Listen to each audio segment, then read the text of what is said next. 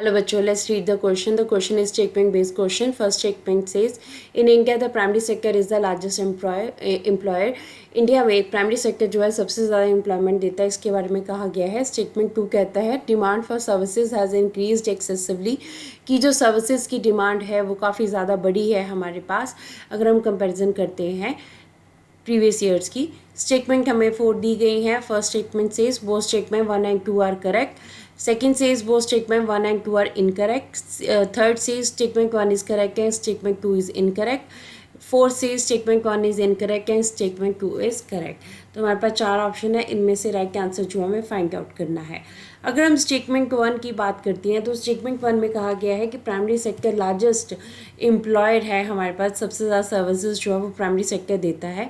अगर हम अपना 2017-18 का डाटा जो है वो एम्प्लॉयमेंट का डाटा अगर देखें तो उसके अकॉर्डिंगली हमारे पास जो प्राइमरी सेक्टर है, प्राइमरी सेक्टर में एम्प्लॉयमेंट जो लोग एम्प्लॉयड हैं तो प्राइमरी सेक्टर 44% एम्प्लॉयमेंट प्रोवाइड कर रहा है.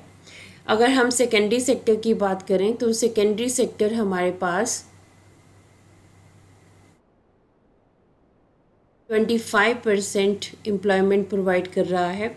अगर हम टर्शरी सेक्टर की बात करें तो टर्शरी सेक्टर जो है ये हमारे पास 31% एम्प्लॉयमेंट प्रोवाइड कर रहा है लोगों को. तो इस तरह से हमारे पास तीनों सेक्टर्स में से प्राइमरी सेक्टर सबसे ज़्यादा एम्प्लॉयमेंट प्रोवाइड कर रहा है. तो इसका मतलब स्टेटमेंट 1 जो है हमारे पास करेक्ट है.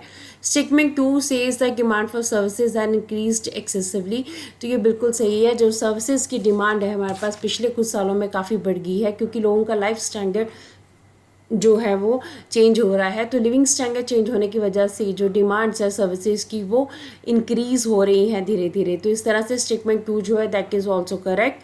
दोनों स्टेटमेंट जो है हमारे पास करेक्ट हैं. तो इसका मतलब हमारे पास आंसर जो है वो ऑप्शन 1 है. तो option 1 is the right answer of this question. Hope so you understood the question as well as the answer. Thank you.